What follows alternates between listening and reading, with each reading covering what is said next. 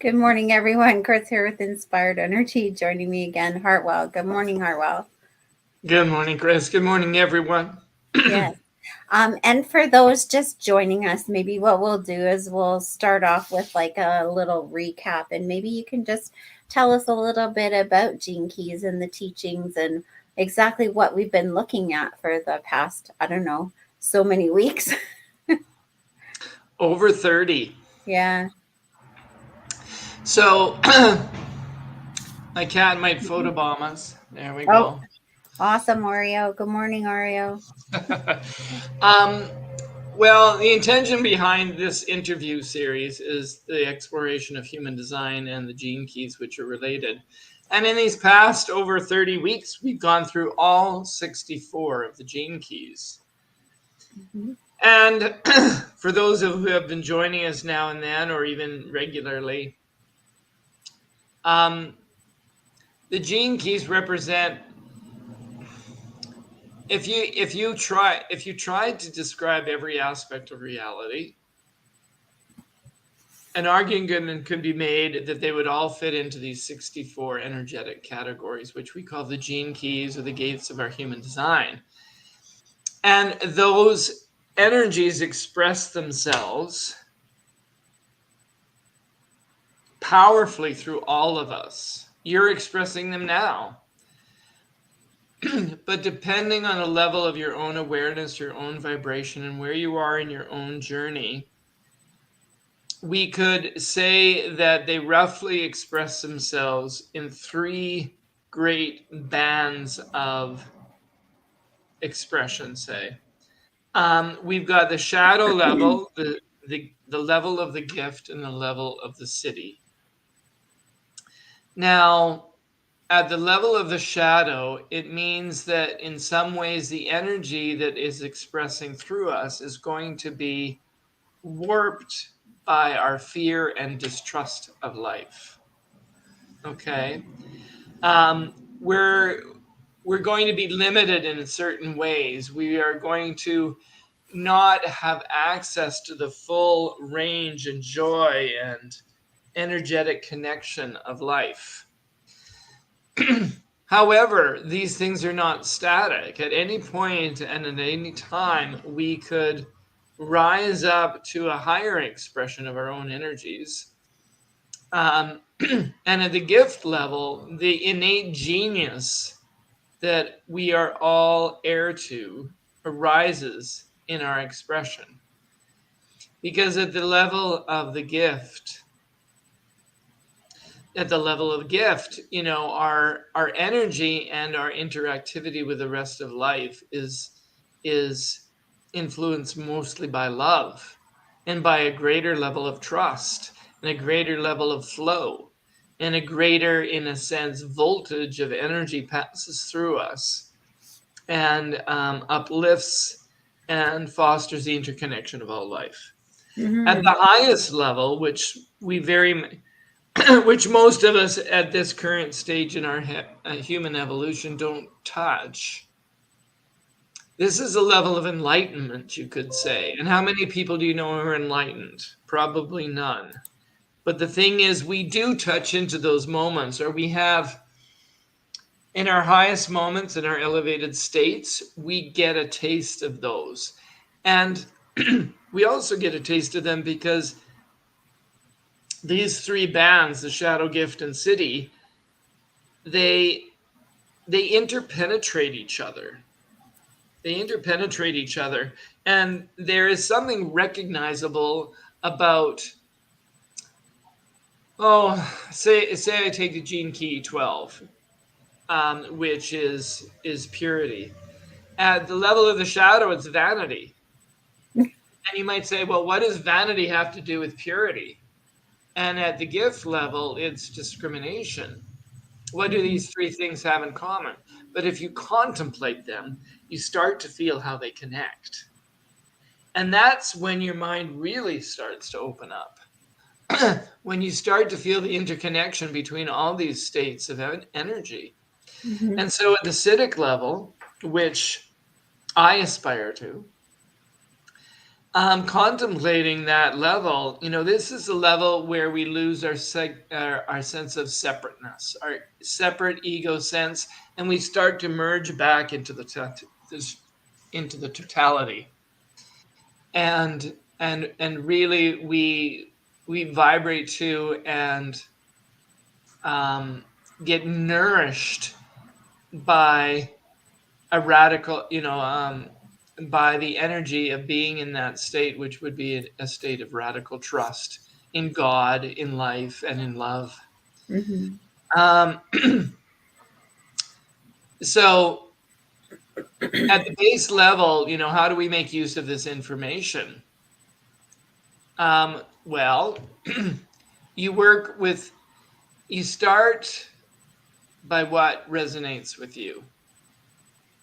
And often that's going to be what is present in your own human design chart. You can see which of these gene keys and which of these themes are most present in your life, especially your sun and earth. Start with a contemplation practice around those.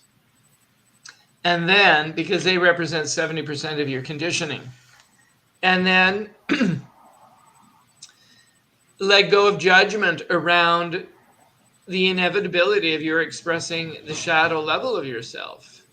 Because embracing your shadow is a key way into the opening up of your energetic field. So don't be scared of your own shadows. Mm-hmm. Don't be ashamed of your own shadows. Don't try to be something that you are not. Embrace what you are, and that starts to create this process where you open up.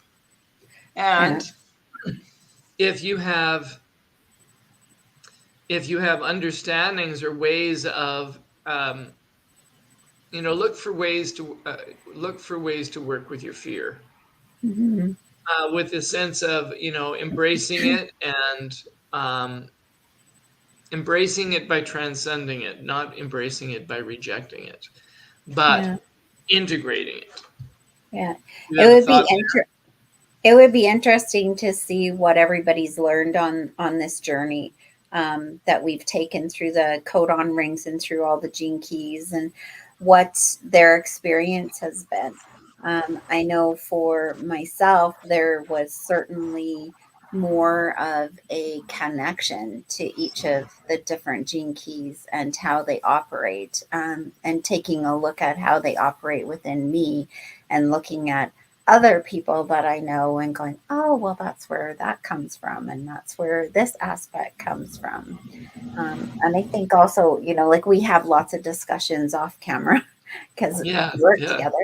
And, and I just want to tell everybody that, one of the most wonderful things about you is that you have this ability, because you have so much knowledge from astrology and human design and all these other systems, that you kind of bring them all together, and each little piece triggers something else within somebody's mind.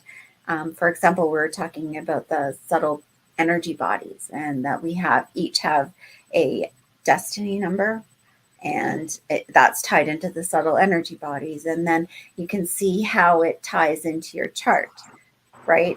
Like there's an overall theme, and then you can tie that back to your human design chart and how it's all interconnected. So, you know, one of the things I value is like the great depth of your knowledge. And for Mm. anybody that hasn't experienced you, I think that they should, because these are just, like little tidbits that we're actually covering here. So, yeah.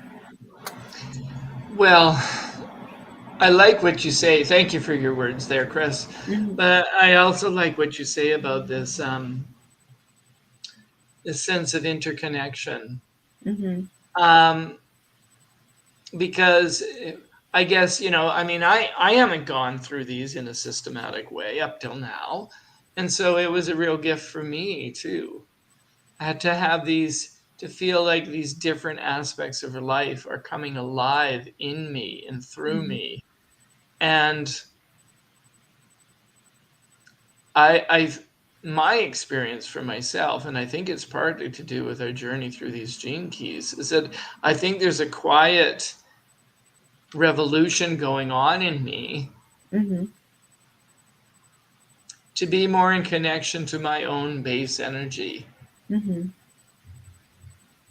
In some ways, the shadow sides of ourselves are the most visceral. Sometimes they're the ones that we connect to in a more obvious way. Yeah. And so, if I own my own shadows, I begin to own myself rather than simply my idea about what I should be. Yeah. And I Does that also make sense? I truly see that in you, but I also think that it has opened up a higher level of understanding of others. So we now become more aware of, oh, well, that's where that comes from in somebody's chart, or oh, they must have this.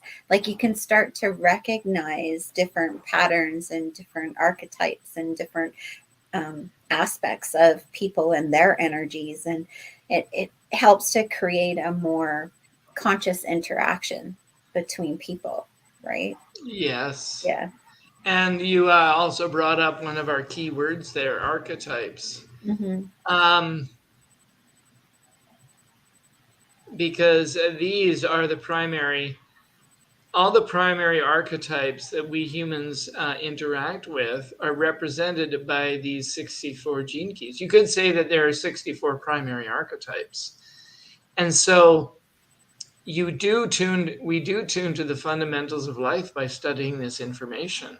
And and just like we sometimes do totem work in our little community, Mm-hmm. that's another way of talking about the archetypes. And we start to see them, as you say. That's one of the fun things, of course, about a study of astrology, human design, and other systems is we begin to see the universality behind the people that we meet. And Mm-hmm. it broadens our abilities, as you say, to interact in a conscious way. Well, I think that might be a fun exploration now that you said that there's 64 archetypes. Maybe we should like dive into what the archetypes are, and how that ties in with everything. So it's, because you can even tie it to astrology. We did this with astrology, right? Where there's an archetype in astrology for everything. So it would be, maybe a fun exploration to go on as well for people who don't work with archetypes. Well, we could certainly, a lot of these systems cross pollinate, I like to say. Yeah. Um, and pointing out some of those connections. Certainly, we did that as we went through the journey. Hmm. We were talking about archetypes all along. Hmm. Um, but I mean, the exploration continues. Hmm. This is not a Okay. one-time thing. I expect the gene keys to be in my life for the rest of my life Hmm. Well, there's so because much knowledge there. It's so massive. Like even when you start, there's different aspects. Like people just touch on it. They print their charts, and this is one of my things, right? They print their chart. Oh, I'm this type, and oh, I have these gates and these channels, and then they don't work with it, or they don't go deeper with it. So the aspects where you can go into the line numbers, and you can go into the codon rings, and you could just keep, you know we talked about the genius sequence and the love sequence and the pearl sequence and all these other things that just give you another level of understanding and can actually like give you an epiphany. Like you can be working with this Mhm. stuff and then all of a sudden touch on one other of these aspects and you go, oh my god, now I get it, right? Yes, and even if something doesn't seem to be happening, Hmm. like for instance, maybe you meditate every day and nothing really happens, you feel maybe more relaxed. The interaction with this kind of material or with the practices that uplift your life, like exercising each day or meditating each day, it primes us, it prepares us. Like a Hmm. farmer has to prepare the soil before he plants the seed. Right. And this is one of the differences between human design and gene keys. And I think they complement each other. Hmm.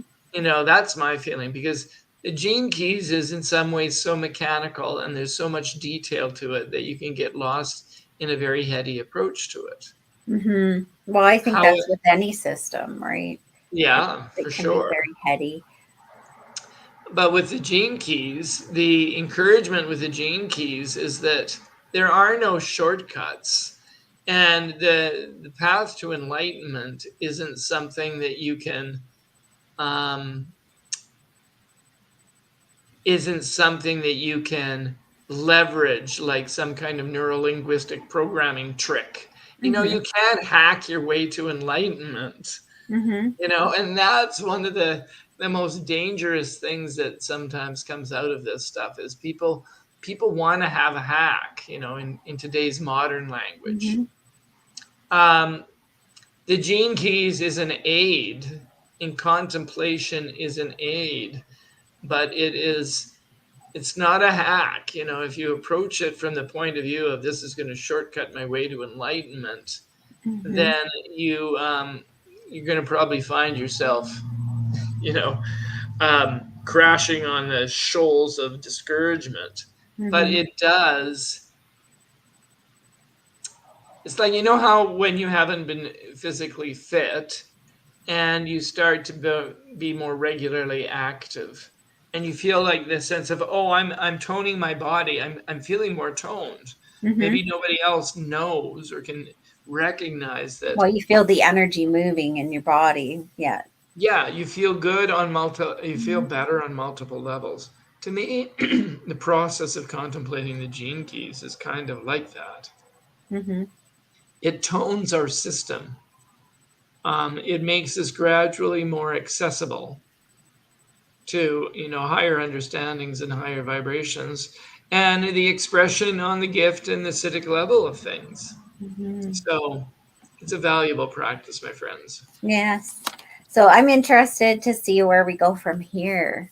Like, I have a few suggestions, and I don't know whether the master will go in those directions, but we'll see. So, is there any last words that you want to say about this retrospective um, journey that we've been on before we sign off here? Um, it makes me think of, apparently Ra said this at the beginning when he was bringing human design to the world. But he said, "You have no choice. You are unique. So love yourself." Mm-hmm. All the aspects and things that you don't like about yourself and about your life, take a different approach to that. Embrace yourself, love yourself, and stop rejecting yourself. You have no choice. You are unique. Love yourself. Yeah, exactly. All right. With that, we're going to sign off and thank you all for watching and listening. And hopefully, we'll see you next Wednesday at 9 a.m. God bless. And it'll be a surprise what we cover next week. See you next week.